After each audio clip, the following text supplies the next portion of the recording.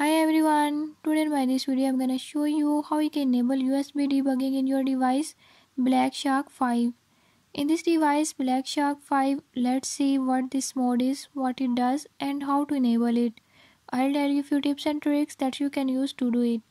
Before we move to the video, if you are new to my channel, don't forget to subscribe and press bell icon. Watch complete video and learn how you can do it. Let's